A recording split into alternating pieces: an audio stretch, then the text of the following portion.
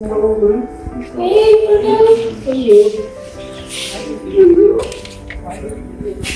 name is Craig Newcomb, all the way from Parkwood.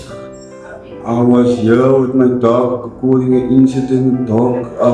My dog was bumped over from a car. He was in really heavy pain, so I put him in a trolley. So I rushed him to the SPCA.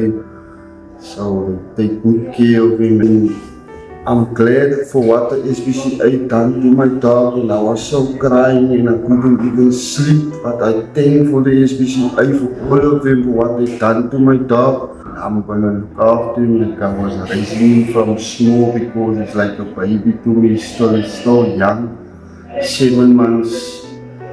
Thank